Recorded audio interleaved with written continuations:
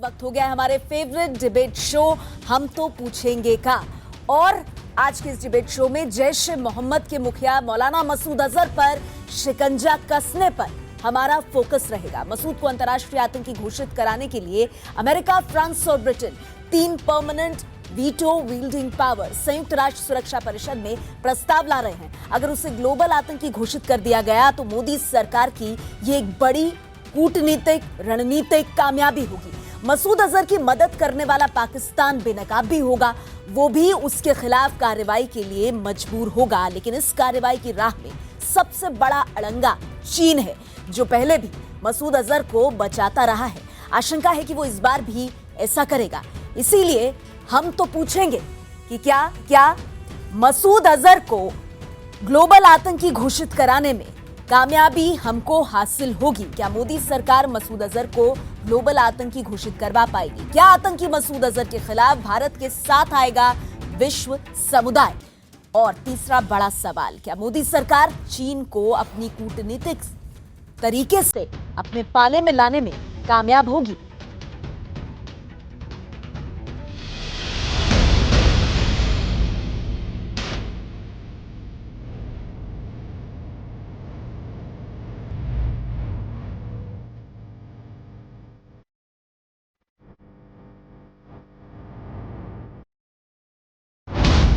हम तो पूछेंगे ने बड़ी बहन प्रधानमंत्री मोदी से नहीं बचेगा मसूद। पुलवामा का गुनहगार, 40 जवानों की शहादत का जिम्मेदार, आतंक का खौफनाक चेहरा।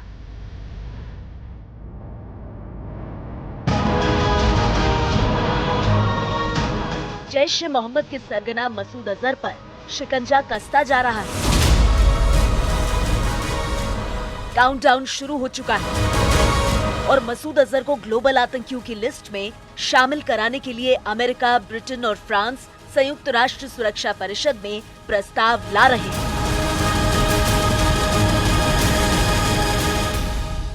GEM is a United Nations designated terrorist group. Azhar is the founder and the leader of GEM. And he meets the criteria for designation by the United Nations. लेकिन डर सिर्फ इस बात का है कि चीन हमेशा की तरह फिर अड़ंगा ना लगाए। चीन जैश ए मोहम्मद को आतंकी संगठन मानता है, लेकिन मसूद अजहर को पाबंदी से बार-बार बचाता है। जानकारों की राय में इसके पीछे चीन का अपना स्वार्थ है। चीन का सीपेक जिन इलाकों से गुजरता है, मसूद अजहर का वहां दबदबा है। तो चाइना का स्टैंड समझ में नहीं आता कि चाइना तो संगठन को घोषित कराने में उसने ऑलरेडी जो है अपना समर्थन दिया हुआ है, लेकिन संगठन का जो सरगना है उसको कह रहा है कि अब इसके ऊपर विचार करेंगे। तो ये चाइना का जो अप्रोच है ये अतार्किक है, हास्यास्पद है और मुझे लगता है कि इस बार चाइना के ऊपर बहुत दबाव है और चाइना इसके बारे में पुनर्विचार कर रहा है और बहुत संभव है चाइना अपनी ग्लोबल इमेज को देखते हुए कि इस बार जो है इसको अप्रूवल दे दे। चीन 3 बार भारत की कोशिशों के आगे अड़ंगा डाल चुका है, लेकिन पुलवामा के बाद भारत ने नए सिरे से शिकंजा कसना शुरू किया है। अगर मोदी सरकार की रणनीति रंग लाई तो मसूद अजहर पर अंतर्राष्ट्रीय प्रतिबंध लगना तय है। बीजेपी और सरकार को उम्मीद है कि मोदी अपनी कोशिश में कामयाब होंगे। कोई भी घटना होती है तो मुद्दा तो हो ही जाता है और मुद्दे के बारे में लोगों का निर्णय समसामयिक वो करते ही हैं। और मैं सोचता हूं कि अजहर जिस प्रकार का खतरा है उसके इस प्रकार की घोषणा होने के बाद निश्चित रूप से लोगों के अंदर एक नया विश्वास पैदा होगा और नया विश्वास होगा तो नेतृत्व के प्रति भी उनकी आस्थाएं बढ़ेगी। लेकिन बीजेपी और सरकार प्रधानमंत्री मोदी की कोशिशों से जितनी मुतमईन है, विपक्ष अब भी सरकार पर हमलावर है। मसूद अजहर को कैसे छोड़ के आए थे आप? लोग भूल सकते हैं क्या? पठानकोट में आप ISI को लेके आए, लोग भूल सकते हैं क्या? उड़ी आपके दौर में हुआ, लोग भूल सकते हैं क्या? आप जो कहते हैं ना कि safe hand most unsafe hand है। बहरहाल अगर प्रतिबंध लगे तो मौलाना मसूद अजहर कौड़ियों का मोहताज होगा। उसकी संपत्तियां जब्त होंगी, उसके कहीं आने जाने पर भी पाबंदी लग जाएगी। इसीलिए हम तो पूछेंगे, मसूद अजहर पर बैन लगा तो ये प्रधानमंत्री मोदी की सबसे बड़ी कूटनीतिक जीत होगी क्या?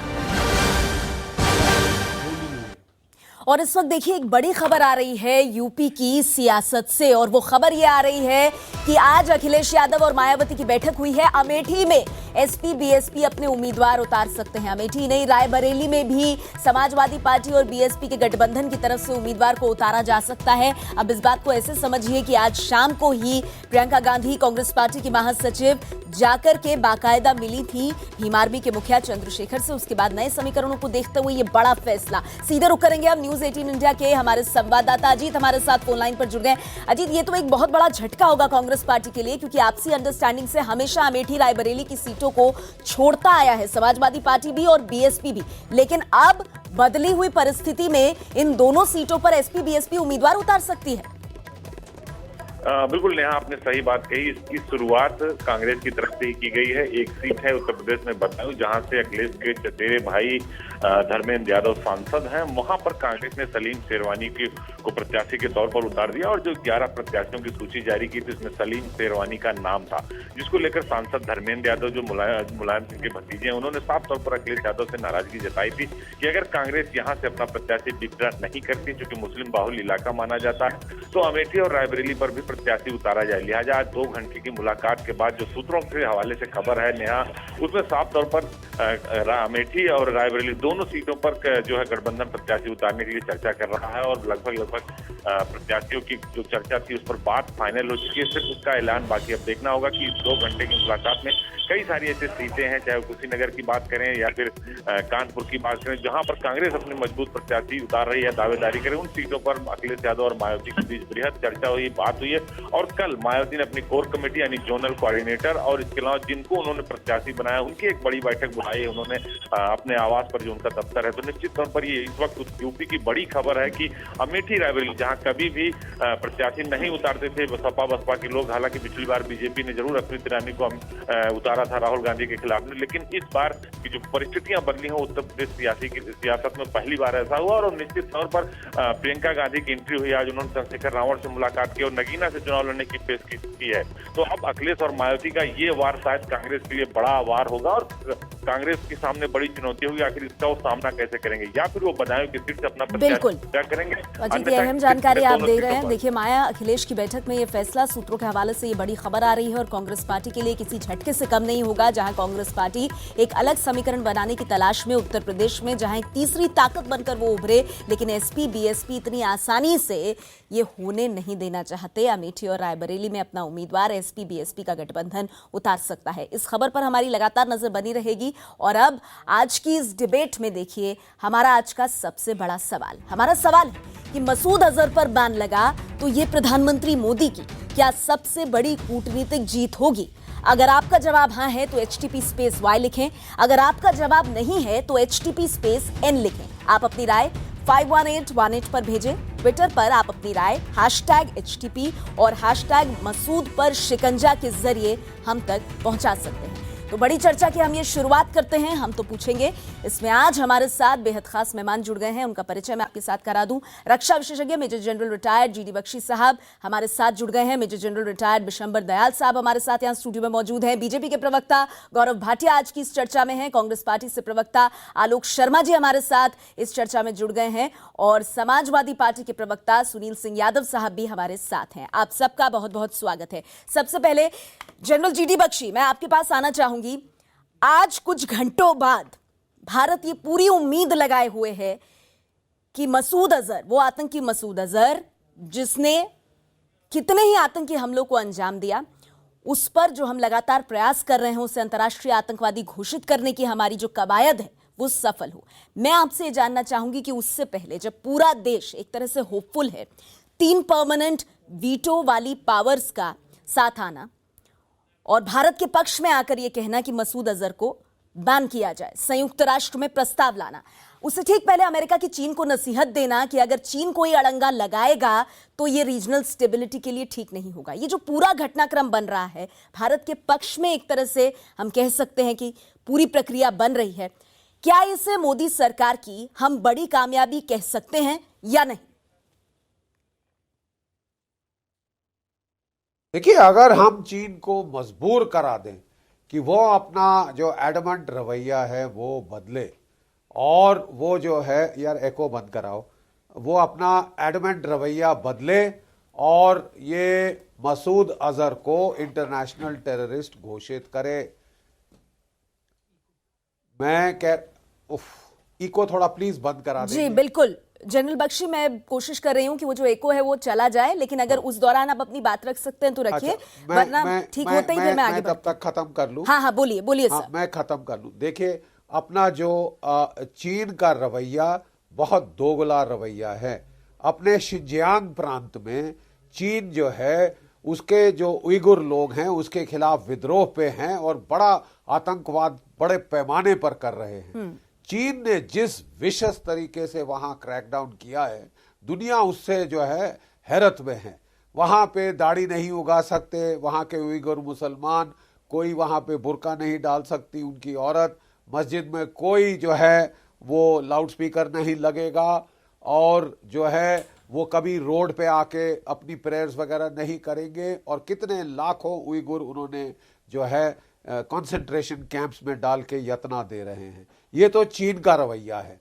जो टेररिज्म उसकी टेरिटरी में हो रही है, और उसके बरखिलाफ आप साहब देखिए, ये मसूद अजहर जिसने भारत और पाकिस्तान के बीच कोई 3 बार जंग तकरीबन छिड़ा दी, और इस बार तो साहब असली जहाज वो 50 साल में पहली बार सीमा रेखा के पार जाके बमबारी हो गई है, युद्ध की कागार पे ले आया है ये शख्स।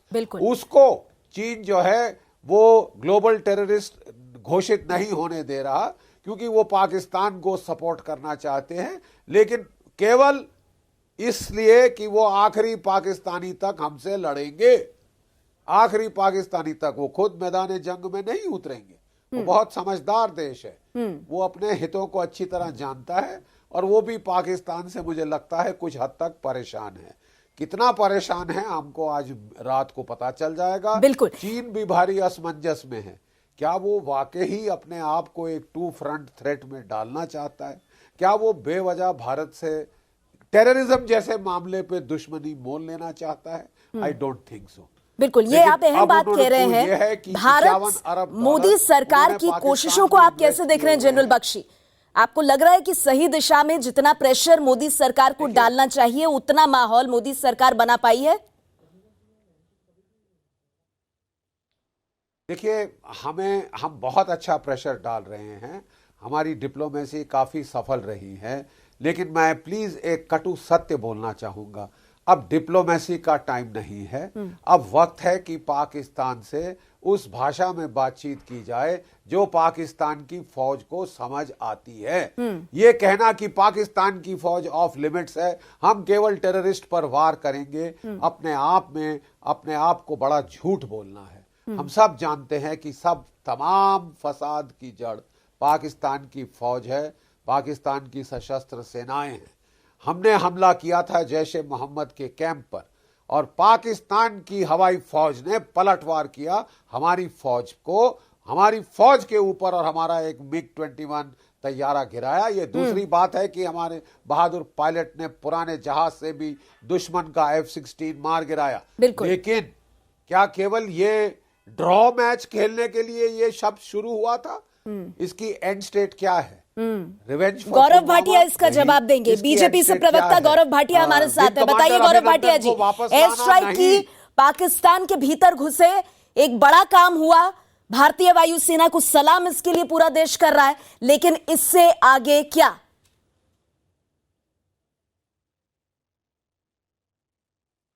नेहा जी, देखिए, सबसे पहले तो जब पुलवामा में आतंकवादी हमला हुआ, उसके बाद हमारी वीर वायु सेना ने बालाकोट में एयर स्ट्राइक करके पाकिस्तान के अंदर घुस के आतंकवादी जो कैंप थे उनको कहीं ना कहीं खत्म किया और आतंकवादियों को ढेर किया।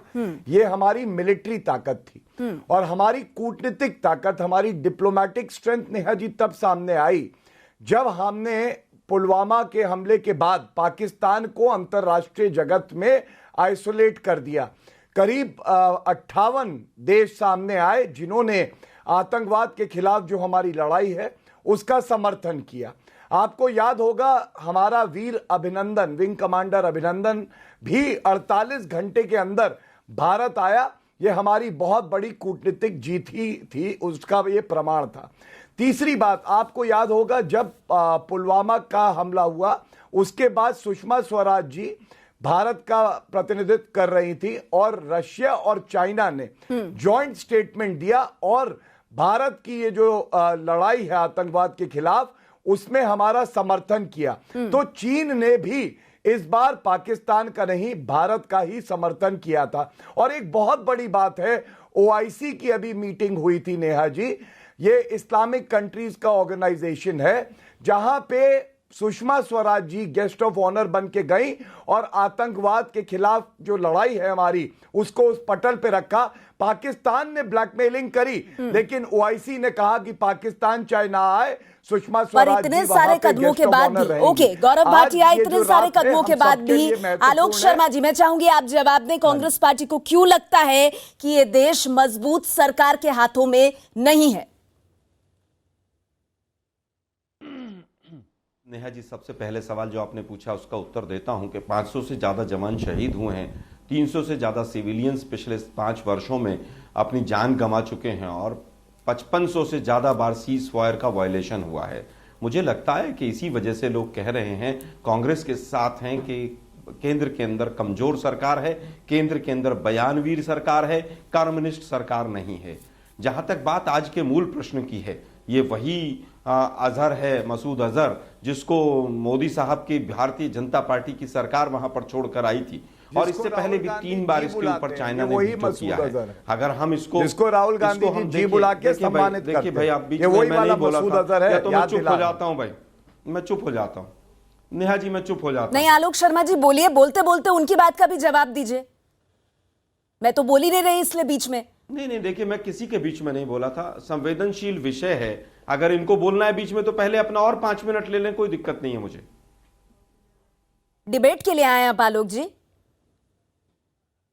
मसूद अजहर जी राहुल गांधी ने बुलाया, किसी के बीच में नहीं, तो यही चीज बोल रहे हैं। नहीं आलोक जी, उन्होंने सिर्फ एक बात बोली है, आप उसका जवाब दीजिए और आगे बढ़ जाइए। वो कह रहे हैं जिस मसूद अजहर को छोड़ने की आप बात कर रहे हैं उनको जी कहकर राहुल गांधी ने संबोधित किया। आप उस बात का जवाब दीजिए और अपनी बात कंप्लीट कीजिए आलोक जी। डाउन मत कीजिएगा, पूरे शो में बोलूंगा मैं। आप तो सीजन्ड पैनलिस्ट हैं, मुझे क्यों बताना पड़ रहा है आपको ये? मसूद अजहर ये वही मसूद अजहर है, ये वही मसूद अजहर हैं जिनको ये दामाद बनाकर छोड़ के आए थे।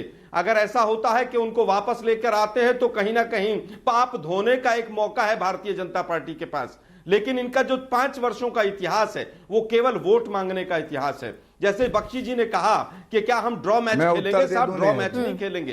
अब जो एयरफोर्स ने करना था एयरफोर्स ने किया, एयरफोर्स के करने के बाद अब केवल वोट बची है। आपने जो सवाल पूछा इसके आगे क्या, इसके आगे आलोक शर्मा जी किया ना, पार्लियामेंट पे अटैक हुआ, सबूत से उसको कोरॉबरेट करने की जरूरत नहीं है ना आलोक जी, आप तो मान रहे हैं ना कि किया। मुझे लगता है कि पार्लियामेंट के अटैक के बाद नहीं, पार्लियामेंट के अटैक के बाद भी ये हो सकता था, लेकिन शायद अटल बिहारी वाजपेयी जी बहुत कमजोर प्रधानमंत्री थे। हर प्रधानमंत्री की अपनी एक स्ट्रैटेजी होती है और वो देश की स्ट्रैटेजी होती है। लेकिन दुर्भाग्य ये है कि मुझे केवल ये बताइए, जब पठानकोट में आईएसआई जांच करने आई थी तो आईएसआई के लिए अमित शाह जी ने कहा कि वो जांच करने आई, मास्टर स्ट्रोक है। ज्वाइंट मिलिट्री एक्सरसाइज पिछले 70 वर्षों में पहली बार हुई है। मुझे लगता है कि आज हमें संवेदनशील होकर सोचना ठीक है गौरव, जल्दी से इसका जवाब दीजिए, फिर मुझे आगे बढ़ना होगा। जल्दी से गौरव। राष्ट्रवाद को जन्म दिया जाए वो ठीक नहीं है। नहीं, मुझे केवल ये बताइए 2008 से 2013 के बीच में 4 आतंकी संगठनों के ऊपर बैन लगा, जिसमें सबसे बड़ा जमात उद दावा था। अब देखिए, चुप भी कराइए, फिर अब ये जमात जवाब ले लीजिए उनका। गौरव आपको जवाब देना होगा, जैसे मैंने कहा ये डिबेट है। कोई बात नहीं ना, डिबेट है ना नेहा जी, डिबेट है नहीं तो अब डिबेट है। वही मैं कह रही हूँ, ये डिबेट है। गौरव भाटिया को जवाब देना होगा आपकी बातों का। जमात उद दावा के ऊपर जिस तरह से प्रतिबंध लगाया यूनाइटेड नेशन से, वो दूसरे नाम से खड़े हो गए। देखिए, एक-एक करके मैं इनका जवाब भी दूंगा और कुछ बातें भी उजागर करना चाहूंगा आपके मंच से। पूरी तरह से जिस तरह से डिबेट चुप करा लीजिए, उसके बाद जवाब नहीं दे पाए राहुल गांधी ने मसूद अजहर जी बुला के इतना सम्मान क्यों दिया एक आतंकवादी को? इन्होंने उत्तर नहीं दिया, उस पर क्या मसरत आलम के ऊपर भी हमने और बहुत मौका हमला था, किया। हम तो पूछ रहे हाफिज हैं सईद के बोलिए, ऊपर बोलिए, स्ट्राइक का बोलिए। मौका था। दिग्विजय सिंह ये बात हाफिज कोई साहब और नहीं बुलाते कह रहा है, होंगे, ये आप एयर भूल चीफ गए। Marshal retired Fali Homi Major ने कही थी ये बात कि 2008 के हमलों के बाद हम लोग तैयार थे इंडियन एयरफोर्स स्ट्राइक मैं करने के अब आ लिए। जाऊं। यूपीए सरकार ने वो देखिए, मैं मूव समझता ब्लॉक हूं कर दी आज- हमारी। आज कौन कौन क्या कह रहा है, मैं कौन फिर कौन कहूंगा, सर आज नहीं क्या कह रहा है, पार्लियामेंट के ऊपर 2017 में अटैक उन्होंने जब ये हुआ, बात उसके बाद कही थी। अटैक नहीं होना अब चाहिए आ था। जाओ, आलोक जी, क्यों नहीं हुआ नेहा जी, पार्लियामेंट? राजनीतिक देखिए, इच्छा ऐसे शक्ति नहीं होगा। क्या पहले नहीं थी, नेहा जी, आज मैं है? कौन ठीक- क्योंकि जहां तक मिलिट्री माइट की बात है, जहां तक सेना का शौर्य और पराक्रम है, उस पर इस देश को कोई संदेह नहीं है। वो तब भी था, आज भी है और आगे भी रहेगा। सवाल यह है कि उसको खुला हाथ देने की राजनीतिक इच्छा शक्ति है या नहीं। और इस बड़ी खबर पर हमारी नजर कि मसूद अजहर को लेकर के आज संयुक्त राष्ट्र सुरक्षा परिषद में क्या होता है। मोदी सरकार की एक बड़ी परीक्षा है, क्योंकि यहां पर मसूद अजहर पर अगर बैन लगा तो ये एक बड़ी कूटनीतिक सफलता जरूर हो सकती है। हम अपनी इस डिबेट पर लगातार बने हुए हैं। मेरे साथ दो और खास मेहमान हैं जिनसे हम आगे बात करेंगे। वो दूसरे नाम से खड़े हो गए। देखिए, एक एक हमने करके मैं इनका रात को जवाब 12 भी बजे दूंगा तक और कुछ हाफिज बातें भी सईद को उजागर आतंकी करना घोषित चाहूंगा करने आपके पर माइक से। पूरी ठीक है, तरह आप से जिस इनको तरह आप से नया जी डिबेट चुप की करा थी, लीजिए। उसके बाद क्या जवाब हुआ? नहीं दे ठीक पाए है। राहुल आज गांधी भी ने खुला मसूद बोल रहा है। अजहर जी और बुला के हाफिज इतना सईद जो सम्मान है, क्यों दिया उसने एक चुनाव तक आतंकवादी लड़ा, को? अपनी इन्होंने पार्टी उत्तर नहीं बनाई दिया और उस पे। चुनाव क्या लड़ा।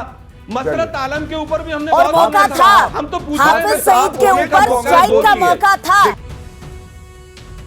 हम तो पूछेंगे, मैं आप लगातार हमारे साथ बने हुए हैं। अब से कुछ घंटे बाद मसूद अजहर को अंतर्राष्ट्रीय आतंकवादी, ग्लोबल टेररिस्ट घोषित किया जाएगा या नहीं? कहीं चीन अपनी चालबाजी तो नहीं करेगा? भारत इससे कैसे निपटेगा? इस पूरी स्थिति को हम साफ होता हुआ देखेंगे। लगातार हमारे साथ खास मेहमान बने हैं और हम ये सवाल उठा रहे हैं कि मसूद अजहर पर शिकंजा क्या कस पाएगी मोदी सरकार, और क्या मोदी के हाथों नहीं बचेगा मसूद अजहर? मेरे साथ यहां पर दो और खास मेहमान हैं, जल्दी से मैं उनके पास आना चाहूंगी और उसके बाद चर्चा का एक और राउंड हम आगे बढ़ाएंगे। विशंबर दयाल साहब मेरे साथ हैं। विशंबर साहब, सीधा सवाल जो लोगों के मन में होगा कि मसूद अजहर पर बैन लगना क्या मोदी सरकार की एक बड़ी कूटनीतिक जीत के तौर पर देखा जाएगा?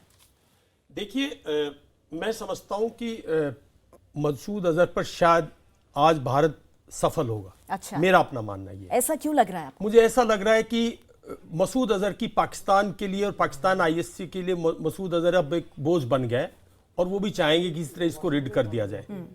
रिड कर दिया जाए पब्लिकली, इंटरनेशनली, ऊपर से। और अंदर से क्या होगा, क्या फर्क पड़ता है? मसूद अजहर कोई और संगठन चला दे, मसूद अजहर मसूद बन जाए, अजहर अहमद बन जाए, कुछ भी बन सकता है। मुद्दा जो जन बख्शी ने बोला, मुद्दा वो है। मुद्दा है, देखिए, हम डिप्लोमेटिकली जीत सकते हैं, कोई शक की बात नहीं है। लेकिन और उस पे हमें भारत सरकार को और जो हमारे डिप्लोमेट्स हैं उनको मैं पूरी बधाई दे सकता हूं कल सुबह, और अच्छी बात होगी। लेकिन मुद्दा यह है कि क्या भारत उग्रवाद के खिलाफ जीत रहा है? क्या भारत अपने मुद्दे में सफल है कि हम जम्मू एंड कश्मीर में शांति बहाल करेंगे और अपने देश से उग्रवाद को उखाड़ फेंकेंगे? मुद्दा है, क्या पाकिस्तान को आप डिटर इतना कर दोगे कि वहां से वो उग्रवाद को उखाड़ के फेंके? हम आज तक 30-35 साल से हम लोग ये सुनते आए हैं कि पूरा का पूरा ये मुहिम, इसका सरगना पाकिस्तान है। और हमारा देश पिछले कम से कम 15 दिन में कई ऐसी गलतियां कर चुका है। कभी हम कहते हैं हमने तो नॉन मिलिट्री स्ट्राइक किए हैं, टेररिज्म के स्ट्राइक किए हैं, पाकिस्तान से हमारा कोई मतभेद नहीं है। तो आपकी सेना जो जिसके लिए एक एजेंडा है ना, एक एम है, हम एम पे लड़ते हैं। जो आपकी सेना वो एक एम ऑब्जेक्टिव पर जाती है, एक एंड स्टेट देखती है, उसका मोटिवेशन लेवल उससे आता है कि मेरा ऑब्जेक्टिव क्या है। अगर सिर्फ ऑब्जेक्टिव इतना है कि भाई आप पाकिस्तान को छोड़ दो और आप सिर्फ एंटी टेररिस्ट, भारत के अंदर पूरा का पूरा जो टेररिज्म है उसका पाकिस्तान सरगना है। ये एक मोहरा है, इस मोहरे को बदल दो दूसरा मोहरा आ जाएगा। तो भारत ने ये युद्ध लड़ना है टेररिज्म के खिलाफ और पाकिस्तान के खिलाफ। क्या भारत ये युद्ध लड़ रहा है, या आज के दिन हम आपसी भेदभाव में घुस गए? पूरा का पूरा देश जो है पिछले 15-20 दिन से सड़कों पे, स्ट्रीट टू सुप्रीम कोर्ट हाहाकार मची हुई है। लेकिन जो मुद्दा है वो कहीं डूब गया है। तो मुद्दा जो हमारा क्या है? मुद्दा देश की सुरक्षा का है, सुरक्षा देश का को मुद्दा, सिक्योर करने का है। बिल्कुल। क्या और उस पे सबको एक नहीं होना चाहिए? अरे देखिए, किसी की एक की आवश्यकता नहीं है, एक पूरा रिजॉल्व चाहिए। हाँ। जिस दिन पाकिस्तान ने एयर स्ट्राइक में हमारे यहां क्रॉस किया था आईबी, हमारा एक पायलट, बहादुर पायलट ने, जैसे पाकिस्तान होता उसने किया। हाँ। मैं कहता हूं आपने मुद्दा क्यों निकलने दिया? पाकिस्तान ने तो वायलेट कर दी थी ना आपकी आईबी। आपको अगर भारत को एक मजबूत भारत होता तो वो 14-12 जितने F-16 हवा में थे उनको उड़ाना था ना, काउंटर अटैक जाना चाहिए था, counter attack, wave after attack. 1971 में आपने यही किया था। पाकिस्तान 17 साल तक गर्दन नीचे झुका के घूमता रहा। 1987 में क्योंकि हमने वो एक जो वो इलेक्शन था उसमें गड़बड़ हुई, हमारे लोग हुए और पाकिस्तान ने एक्सप्लॉइट कर दिया। लेकिन आपको पाकिस्तान को जवाब देना है, अजहर मसूद और किसी को बैन वैन इस पे मत देश को उलझाओ। एक मिनट, गौरव भाटिया जल्दी से जवाब देंगे, फिर समाजवादी पार्टी के पास में जाऊंगी। गौरव भाटिया, रिस्पॉन्ड।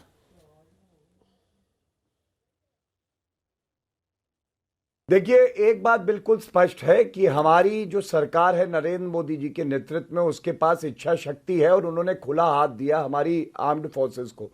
वीर वायु सेना ने भी पाकिस्तान को सबक सिखाया है और ऑन गोइंग अजहर को बीजेपी की सरकार वहां पर छोड़कर आई। लेकिन दुख इस बात का है कि हमारी सरकार का और देश का आलोक जी, और पार्टी मीटिंग नहीं हुई थी, क्यों उलझ रहे हैं आप उसमें? आज हमारा उद्देश्य क्या होना चाहिए कि मसूद अजहर को बैन करवा दिया जाए और पाकिस्तान को सबक सिखाया जाए। तो कहां से होगा विशंबर जी? आप बताइए ना। कोई कहता है जी लगा दिया, कोई कहता है मसूद अजहर को छोड़ आए। आप निकल गए ना उससे आगे। करने की बातें हैं, ये गुमराह करने के मुद्दे हैं। जी लगा दिया, ये हो गया, उसने वो बोल दिया, इसे ये गुमराह करने के, गलियों में शोर मचाने के मुद्दे हैं, ना कि पाकिस्तान को सबक सिखाने के। पाकिस्तान को सबक सिखाने का मुद्दा है, पार्लियामेंट बुलाइए और पार्लियामेंट में डिक्लेयर कीजिए। अगर उसके बाद अगर उसके बाद ऑपोजिशन, अगर उसके बाद कोई ऑपोजिशन साथ नहीं है तो उसको देश देखेगा। देश तो देख रहा है। क्यों? ये तो गलियों देख रहा है ना, आपने गलियों में शोर मचा दिया है। इससे कुछ नहीं हासिल होने वाला। ठीक है, इससे सिर्फ देश बटेगा और कुछ नहीं। बिल्कुल, गौरव भाटिया बताइए। क्यों बीच में बोल रहे हैं जी? आप बताइए मुझे। पार्टी मीटिंग में मोदी जी के पास आने का टाइम नहीं है। बीच क्या में क्यों आपने बोल रहे? पार्लियामेंट में क्या कोई भी ज्वाइंट अब सेशन सुनिए, बुलाया आपने? अब सुनिए, चुप हो जाइए। ठीक है, मैं बताता हूं। आलोक जी जवाब लीजिए आप गौरव भाटिया का। चुप कराइए। एक मिनट, जवाब लीजिए पहले गौरव भाटिया का। बीजेपी के स्पोक्सपर्सन है, बीजेपी की सरकार है, आपको जवाब लेने होंगे, उसके बाद आप अगला सवाल कर सकते हैं। मैं बिल्कुल ठीक है, 1 मिनट सर, हो गया सर। अभी गौरव भाटिया रिस्पॉन्ड करेंगे, उसके बाद आप काउंटर कीजिएगा। गौरव, आईएसआई जब जांच करने आई थी तो कौन सी अपोजिशन पार्टी? बिल्कुल, धन्यवाद, बुलाया था। Thank you Neha, thank you. ये आलोक जी ऐसे ही करते हैं हर चर्चा में। Thank you Neha. अब इनको चुप कराइए। देखिए, 26/11 के बाद नेहा जी, अभी जो बात इनको देखिए, चुप नहीं होते हैं ये। मैं इनको बता दूं, दीमक की तरह आलोक जी, मैं ये कहना नहीं चाहती थी, पर मुझे माफ कीजिएगा। मुझे ये बताइए, इतना दर्द आपको हो रहा है, कभी आपने अपनी पार्टी के वरिष्ठ नेता को कहा कि पुलवामा आतंकी हमला था, दुर्घटना नहीं थी? कभी आपने कहा कि जब इस तरह की एयर स्ट्राइक होती है और उसके बाद एक नेता आपकी पार्टी के कहते हैं कि नरेंद्र मोदी और इमरान खान की मैच फिक्सिंग थी, तो 40 सीआरपीएफ जवानों की शहादत की अपमान होता है उनका? पॉलिटिक्स करने नहीं बैठे हैं सर हम यहाँ पर। मैं ये कह रहा हूं, अपना दामन देखिए। मैं आपको कह रही हूँ सर, सवाल उतने ही पूछिए कि आपको अपने दामन में झांक कर ना देखना पड़े। आज हम मसूद अजहर के बैन पर बात कर रहे हैं। वो मसूद अजहर जिसे जी कहकर के संबोधित कर चुके राहुल गांधी और कहते हैं कि मैंने तंज किया था उस पर, जिसे जनता नहीं समझेगी। रविशंकर प्रसाद ने भी कहा। हाँ, तो वो भी गलत था, मैं कह रही हूँ वो भी गलत था। बीजेपी आपके आदर्श थोड़ी है, कांग्रेस पार्टी की। मुझे केवल ये बताइए, रविशंकर प्रसाद का नाम लेने सर कहां तक जाएंगे? यहाँ तो हाफिज साहब और ओसामा साहब भी हो चुका है। इन चीजों से मेरी समझ में नहीं आ रहा देश के मुद्दे पर क्या असर पड़ता है। पूरी पॉलिटिकल क्लास ये क्यों नहीं बताती कि ये मुद्दा ही नहीं है? मुद्दा पाकिस्तान है, मुद्दा टेररिज्म है, और आप मुद्दे उठा रहे हो जो गलियों के मुद्दे। अरे इन मुद्दों को गलियों के लिए छोड़ दो। मुद्दा आज के दिन पाकिस्तान है, पाकिस्तान के चारों बंदा है, आप उस बंदे को छोड़ रहे हो और कुछ नहीं है। आपने बहुत बड़ी बात बोली है। बिल्कुल, मुद्दा आज के दिन पाकिस्तान है और उग्रवाद है और पाकिस्तान के गले में फंदा है, और आप अपनी गलियों के इस गलियों की सियासत से और आकार से पाकिस्तान को छोड़। ठीक है, 1 मिनट। अब गौरव भाटिया बोलेंगे। 1 मिनट, आप गौरव भाटिया बोलेंगे। मैं चाहती हूँ गौरव भाटिया अपनी बात रखें बहुत वक्त से, क्योंकि बीजेपी इस वक्त क्या कर रही है इस पर पूरे देश की नजर है। गौरव भाटिया को बोलने का मौका मिलना चाहिए। आलोक जी प्लीज डोंट इंटरप्ट सर। आप नहीं, अभी नहीं सर, आप पिछले सवालों का जवाब लीजिए, फिर आपको कोई कुछ बताएगा सर। मेरे सवालों का आप कभी जवाब नहीं देंगे, उससे आप बच के निकल जाएंगे। Gaurav please respond please. Thank you. देखिए नेहा जी, पहली बात, 26/11 के बाद भी हमारी सेना उस वक्त उतनी ही वीर थी। जब उन्होंने कहा राजनीतिक इच्छा शक्ति दिखाओ, मनमोहन सिंह थर थर कांपने लगे। Point number 1। Point number 2, Pathankot की बात करते हैं। मैं याद दिलाऊं, 2010 में as a goodwill gesture Manmohan Singh की सरकार ने 25 आतंकवादी हिजबुल मुजाहिदीन एलईटी के छोड़े और शाहिद लतीफ जिसे छोड़ा उसने ही पठानकोट एयरबेस पे हमला किया, वो मास्टर हैंडलर था। गर्व से हम कहते हैं कूटनीतिक तरीके से आज पाकिस्तान अलग थलग है और चीन भी हमारी ताकत के सामने झुकेगा, ये हमें यकीन है। हमें संयम बरतना चाहिए, लेकिन एक विपक्षी दल होने के नाते जो कांग्रेस दीमक की तरह देश को खा रहा है, जो प्रमाण मांगता है, मसूद अजहर को जी बुलाता है कि वहां पर आतंकवाद और रेडिकलाइजेशन बढ़ गया, गिरे होंगे, सफलता कहां है? शर्म आनी चाहिए। मिनिस्टर ऑफ स्टेट पार्लियामेंट में क्या कह रहे हैं कि 2018 में आतंकवादी घटनाएं डबल हो गई और आप कहीं ना कहीं राष्ट्र सुरक्षा के साथ पुलवामा के बाद 22 जवान शहीद हो गए, उसकी जिम्मेदारी किसकी है? 26/11 में आप पुलवामा के बाद आप लोग क्यों रहे थे, निकल ले गए, क्यों दरख्त की तरह झुक गए थे? मनमोहन सिंह जी बताएंगे। हमारी वायुसेना ने अनुमति मांगी, आप नहीं दे पाए। और एक बात जानिए, अभी आप आंकड़े दे रहे थे, मैं आपको बता दूं, यूपीए सरकार में 1637 सिविलियन मारे गए थे, जो हमारी सरकार में कम होके 209 हो गए। और सिक्योरिटी पर्सनल आपकी जब 5 साल सरकार रही 922 मारे गए और जो कम होके 358 हो गए। और हमारी प्रतिबद्धता ये है कि हम नेस्त नाबूद कर देंगे पाकिस्तान को। ये मोदी जी की सरकार है, ये मनमोहन सिंह की रबर स्टैंप सरकार नहीं है जो दौड़े दौड़े 10 जनपद जाए और सोनिया गांधी से पूछे कि हमें क्या करना है। आज थर-थर कांप रहा है पाकिस्तान भी, और सारे विदेशी जितने देश है हमारे साथ खड़े हैं। अब बताइए, जो ये सब हो रहा है इसका पाकिस्तान फायदा क्यों ना उठाए? जनरल जीडी बख्शी, ये जो हो रहा है इसका फायदा पाकिस्तान क्यों ना उठाए? जब सबूत मांगे जाते हैं तो पाकिस्तान उसको हेडलाइंस बनाता है, वहां पर डिबेट होती है, हम उनके एंकर्स को सुनते हैं और जब उनके गेस्ट के साथ हमारी बातचीत होती है तो वो मैं कहते हैं आप अपने इस नेता का बयान देखिए, कांग्रेस पार्टी के इस नेता का, या आप उस विपक्ष के नेता का वो बयान देखिए, आप क्या जवाब दें हम उन्हें बताइए। नेशनल सिक्योरिटी के मुद्दे पर यह देश एक क्यों नहीं है? हम ये क्यों नहीं मानते कि जो हुआ वो वायु सेना ने किया, हमारी सेना ने किया, और उनके पराक्रम पर किसी को कोई संदेह नहीं होना चाहिए, फिर भी हमें सबूत चाहिए। देखिए साहब, मैं फिर दोहराता हूं, हम सारे सैनिक कितनी बार कह रहे हैं कि एक मैच्योर डेमोक्रेसी में ऐसे नेशनल सिक्योरिटी के संगीन मामले पे, जबकि देश युद्ध की कागार पर है, एक बाई पार्टिजन कंसेंसस होता है। वो तो हमें कहीं मीलों दूर दिख ही नहीं रहा। आपकी स्टूडियो में ही जो तू मैं का दौर है, इसको देख के तो पाकिस्तान वाले ठहाके मार के हंस रहे होंगे साहब हमारे ऊपर। I want to make 3 quick points. देखिए, अगर हमारी उम्मीद है कि आज चीन दबाव में आएगा और मसूद अजहर को इंटरनेशनल टेररिस्ट घोषित करेगा, अगर नहीं करता, हमारी सब तमाम देशवासियों से अपील है कि वो चाइनीज सामान खरीदना बंद कर दे जब तक वो उसको चीन मसूद अजहर को इंटरनेशनल टेररिस्ट नहीं घोषित करता। पहला पॉइंट। देखिए, ज्यादा इस वक्त मूट क्वेश्चन है, बड़ा बुनियादी सवाल और अहम सवाल है, हम यहां से कहां जाएं। हमने पहले 30 साल में पहली बार 2016 में एक सर्जिकल स्ट्राइक करी। हमारी उम्मीद थी कि अब ये न्यू नॉर्मल होगा, न्यू नॉर्म होगी, लेकिन फुल स्टॉप लग गया।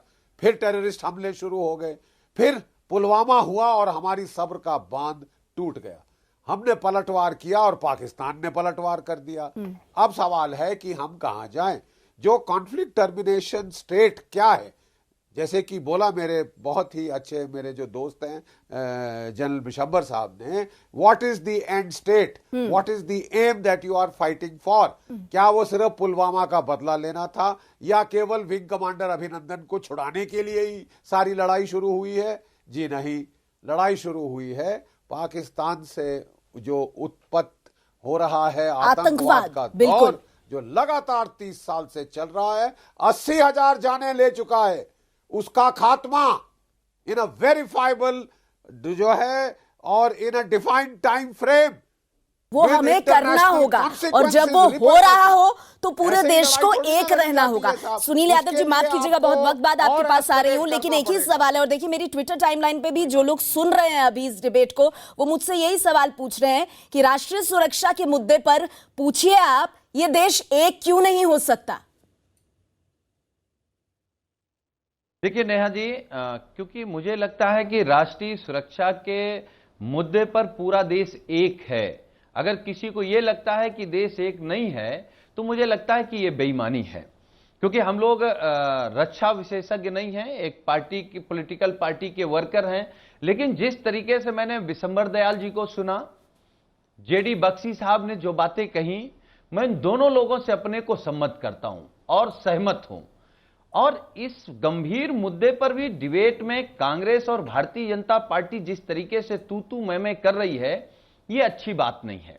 एक बात तो साफ है कि जो अजहर मसूद है वो इस देश का दुश्मन है और 135 करोड़ लोगों का दोषी है वो, और वो वही है जिसको भारतीय जनता पार्टी ने छोड़ा था, वो वही है जिसको कांग्रेस के नेता ने सम्मानजनक उसका नाम जीत पे लिया है।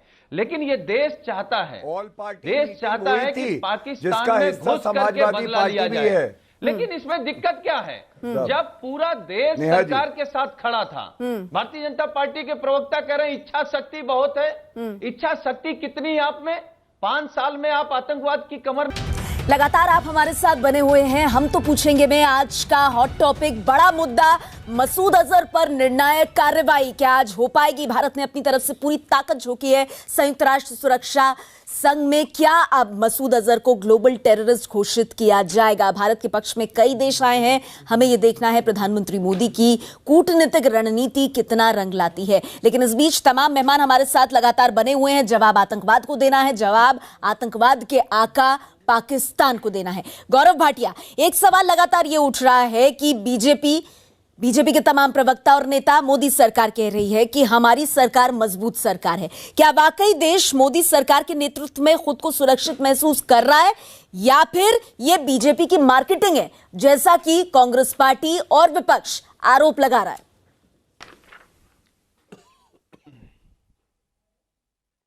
नेहा जी, देखिए, जो पुलवामा का आतंकवादी हमला था उसका मास्टरमाइंड 48 घंटे के अंदर मारा गया। कामरान मुदस्सिर भी मारा गया, जिसकी हमें परसों खबर आई, और जो है ये दिखाता है कैसे मजबूती से कार्रवाई हुई। बालाकोट एयर स्ट्राइक एक और प्रमाण है, और हमारे भाई वीर अभिनंदन का वापस आना एक और जो है प्रमाण है कैसे ये मजबूत सरकार है। 26/11 में मनमोहन सिंह अनुमति नहीं दे पाए हमारी वीर वायुसेना को, ये दिखाता है कैसे कांग्रेस के साथ लचीली सरकार लचीली थी। मेरे हाथ में एक है, ये देखिए, जो मैं बात कर रहा था, यूपीए ने 25 आतंकवादियों को, जिसमें एक आतंकवादी राशिद लतीफ भी था, शाहिद लतीफ भी था, जिसने पठानकोट पे हमला किया, ये गुडविल जेस्चर के तहत रिलीज किया था। और दमाद बहुत कर रहे थे। जो हमने निर्णय लिया था, ऑल पार्टी मीटिंग में हुआ था, जिसमें लीडर ऑफ ऑपोजिशन तब जो थे मनमोहन सिंह, वो भी हिस्सा थे कि मसूद अजहर को छोड़ा जाए, क्योंकि हमें अपने भारतीयों को सुरक्षित वापस लाना है। एक सबसे दुखद बात जो है कि पाकिस्तान के जो विदेश मंत्री हैं कुरैशी जी, वो क्या कहते हैं? कुरैशी कहते हैं कि भैया देखिए, हम तो पाकिस्तान में एकजुट हैं, लेकिन विपक्ष खासकर कांग्रेस जो है अपने ही प्रधानमंत्री नरेंद्र मोदी जी से सवाल उठाता है। और दूसरी बात वो कहते हैं कि प्रमाण हम भी मांगते हैं कितने आतंकवादी मारे गए, और प्रमाण कांग्रेस भी मांगती है और विपक्षी दल भी मांगते हैं। तो आप क्यों देश को कमजोर कर रहे हैं? क्यों नहीं आप जब तक ऑनगोइंग ऑपरेशन ये चल रहा है, सरकार के साथ कंधे से कंधा मिला के खड़े हो जाइए। राजनीति करनी है तो और मुद्दों पे करिए, लेकिन आप जो है दामाद समझते थे, उनसे पूछ के कश्मीर की पॉलिसी डिक्टेट करते थे, और इस पे भी आपने यही किया। मसूद अजहर को जी बुला के दामाद की तरह आतंकवादियों को जम्मू कश्मीर सरकार ने छोड़ा, हाँ या कि नहीं? क्या 10,000 पत्थरबाजों को छोड़ने के बाद ये कहा गया कि जो आपने छोड़े थे शाहिद लतीफ, मसूद अजहर उत्तर दे रहे हो? आप उत्तर सुनने की हिम्मत रखिए।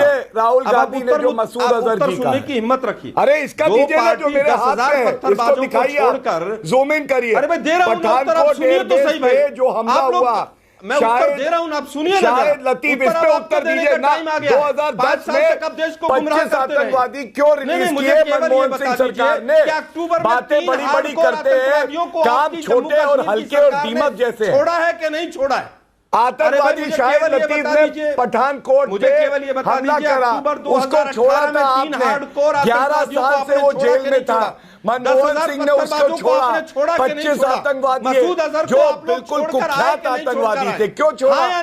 क्यों राहुल गांधी मसूद अजहर पे कहते हैं कि मसूद अजहर जी हैं? क्यों आप प्रमाण मांगते हैं? हमारी वायुसेना आपको प्रमाण नहीं देगी। समझता हूं नेहा जी मैं किसी के बीच में नहीं बोलता हूं, जो हमारी वायुसेना कहे वही सही। बोल रहा है तो उसको रोका जाए। आपकी आदत है। नहीं आलोक जी, मैं इंतजार कर रही हूँ कि उन्होंने जो सवाल पूछा उसका आप जवाब देंगे या नहीं देंगे। आलोक जी समझ रहे हैं, आप कह रहे हैं उन्होंने आतंकवादियों को छोड़ा, वो आपकी सरकार का गिना रहे हैं। वो कांग्रेस के सुनिए ना आलोक वर्मा जी, मैं तो आप आलोक शर्मा जी, मैं तो आपको कब से कह रही हूँ। आलोक जी मैं तो आपको कब से कह रही हूँ, आप उनका गिना रहे हैं, वो आपको शाहिद लतीफ गिना रहे हैं। यही चलता रहेगा क्या इस देश में? केवल सीधा पूछ रहे हैं नहीं, क्यों आप जो पूछ रहे हैं वो भी आपसे पूछ रहे हैं। सर 70 साल रही ना आप लोगों की सरकार, पत्थरबाजों को छोड़ा गया कि नहीं छोड़ा गया? 26/11 हुआ ना आप लोगों के टेन्योर में? 26/11 के बाद एयर स्ट्राइक नहीं हो पाई, हुआ कि नहीं?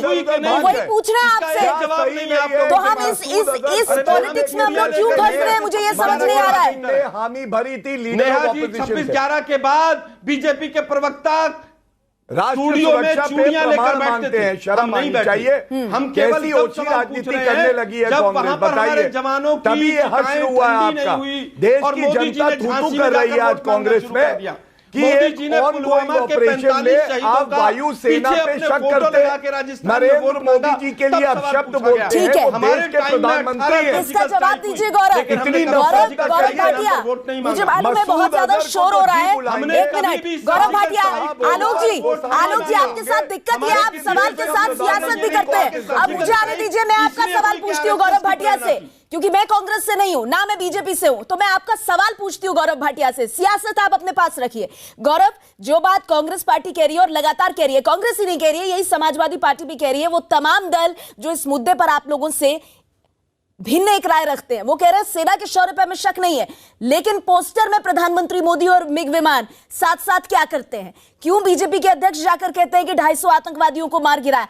श्रेय मोदी सरकार क्यों ले रही है? ये श्रेय सेना का है, ये सेना ले। इस पर सियासत क्यों कर रही है बीजेपी? इसका कैसे जवाब देंगे आप गौरव भाटिया? बिल्कुल, मैं नेहा जी दूंगा। मैं आपको एक बात बिल्कुल स्पष्टता से कह दूं, ये मोदी जी की सरकार है, ये देश हित में निर्णय लेती है मजबूती से, तो श्रेय लेने के लिए नहीं। लेकिन नेहा जी क्या आप बताइए, सही नहीं है 1971 के लिए बार बार इंदिरा गांधी का नाम लेके ये लोग कहते हैं, देखिए इंदिरा गांधी ने 2 हिस्से कर दिए पाकिस्तान के। आप नरेंद्र मोदी जी से कहते हैं 2 घंटे के अंदर जब पुलवामा का आतंकवादी हमला हुआ कि कहां है 56 इंच की छाती, जब उन्होंने इच्छा शक्ति दिखा के खुला हाथ दिया जो मनमोहन सिंह नहीं दे पाए सेना को, तो उसके बाद इनको कष्ट होता है कि नरेंद्र मोदी जी का नाम क्यों लिया जा रहा है कि वो एक मजबूत प्रधानमंत्री है। इस बीच में क्यों बोलने लगे, बताइए नया जी। मैं आपके प्रश्न का उत्तर दे रहा हूं, इनको दर्द हो रहा है। देखिए इनकी परेशानी ये है, इनको पता है इनका सूपड़ा साफ हो जाएगा चुनाव में, और ये पाकिस्तान की गोद में बैठे हुए हैं और ये हमारे भारत के देशवासी देख रहे हैं। जिस तरह से आर्मी चीफ को सड़क का गुंडा क्या नहीं बुलाया नेहा जी, क्या एयर चीफ मार्शल धनोआ को इन्होंने झूठा नहीं बुलाया, क्या सर्जिकल स्ट्राइक का प्रूफ नहीं मांगा, और क्या एयर स्ट्राइक का प्रमाण नहीं मांगा? सिद्धू ने कहा 300 पेड़ गिरा के आ गई हमारी वीर वायुसेना। मतलब क्या ये अपमान नहीं है उन 40 शहीदों का जिन्होंने अपनी जान न्यौछावर कर दी हमारे देश के लिए? छोड़ दीजिए ना, आप लोगों को किस बात का डर है? आपको लगता है कि राष्ट्रवाद की बात अगर बीजेपी करेगी तो फायदा हो जाएगा क्या? कांग्रेस ने भी तो बहुत कुछ किया इस देश के लिए, कांग्रेस ने भी तो बहुत कुछ किया इस देश के लिए। किस बात का डर है कांग्रेस पार्टी को? क्यों इस तरह के बयान आते हैं कि पुलवामा आतंकी घटना नहीं बल्कि दुर्घटना है? कहां मैच फिक्सिंग की बात आ जाती है? भयभीत है क्यों? अरे भाई वो तो केशव प्रसाद मौर्य ने भी कही, लेकिन आपको नेहा जी वो याद नहीं रहेगा क्योंकि आप गोदी मीडिया में आके बैठ गई हैं। अच्छा, पैरों के नीचे जमीन नहीं प्रमाण दे दीजिए ना इसका। आप तो एयर स्ट्राइक के सबूत मांगते हैं आलोक जी, प्रमाण दीजिए ना इस बात का। जो आरोप आप मुझ पर लगा रहे हैं, निजी आरोप, इसका प्रमाण दीजिए ना। मैं कह रहा हूं प्रमाण दीजिए सर। अगली बार प्रूफ के साथ आइएगा, हवा में मत बोलिएगा। नहीं खड़े हो, मैं वो नहीं हूं जो एयर स्ट्राइक पर सबूत मांगती हूं सर। वहां मुझे अपनी वायुसेना पर पूरा भरोसा है। बताइए केशव प्रसाद मौर्य को बीजेपी पार्टी से कब बाहर करेगी? तो आप पूछिए ना गौरव भाटिया से ये बात, गौरव भाटिया से पूछिए ना। बाहर कब करेंगे? इसमें कहां से गोदी मीडिया की बात आ गई? उसको नहीं पूछेंगे। एयर स्ट्राइक एक सवाल नहीं पूछ सकते। कितने सवाल आप पूछ रहे हैं आलोक जी? एक सवाल का जवाब नहीं दे रहे मुझे। सरकार छूट जाए तब भी मास्टर स्ट्रोक। ठीक है, एक मिनट। अब मैं जरा एक सेंसिबल वॉइस के पास जाती हूँ। विशंबर दयाल जी मेरे साथ मौजूद हैं, let me go to him. मैं जाऊंगी एक सेंसिबल वॉइस के पास। सर, ये ट्विटर पर सवाल आया है और ये मैं आपसे इसका जवाब लेना चाहूंगी। नहीं, ये लोग सुनेंगे आपको, जब आप बोलेंगे तो आपको देश सुनेगा। क्या एक ये जो पूरा डिस्कोर्स चल रहा है अभी, और इस पर आप जरा नजर डालिएगा, रोशनी डालिएगा। 26/11 जब हुआ और उसके बाद जिस तरह से air chief marshal retired Fali Homi Major ने कहा, उन्होंने इस बात का खुलासा किया, 2017 में किया। उन्होंने कहा कि इंडियन एयरफोर्स पूरी तरह से तैयार थी, लेकिन हमें गो अहेड नहीं मिला, हम कर नहीं पाए। अब इसे किस तरह से देखा जाए, क्योंकि 2-3 लोगों ने मुझसे सवाल किया है कि सेना का पराक्रम पहले भी था, आज भी है, आगे भी रहेगा, उस पर कोई संदेह नहीं करता। क्या फर्क सिर्फ इतना आया है कि अब राजनीतिक इच्छा शक्ति है जो शायद पहले देखने को नहीं मिलती थी? ये जो 2-3 सवाल हैं, इन पर आप क्या कहेंगे विशंबर साहब? देखिए, ऐसा नहीं है देशवासियों, ये गलत धारणा है। आपने यहाँ जब पार्लियामेंट पर अटैक हुआ था तो भारत की पूरी सेना को मोबिलाइज किया था और 1 साल के लिए पराक्रम चला था। हम सेना पूरी की पूरी बॉर्डर पर रहे थे। वाजपेयी जी जैसे काबिल आदमी प्रधानमंत्री थे, उसको तो मैं नहीं समझता कोई आदमी कहेगा कि वो कमजोर था, देशद्रोही था। ऐसा तो नहीं था ना। हाँ। तो वो थे, उन्होंने हमला नहीं किया। कुछ सोचा होगा। 2008 में हमला नहीं हुआ क्योंकि 2002 लोगों के समक्ष था।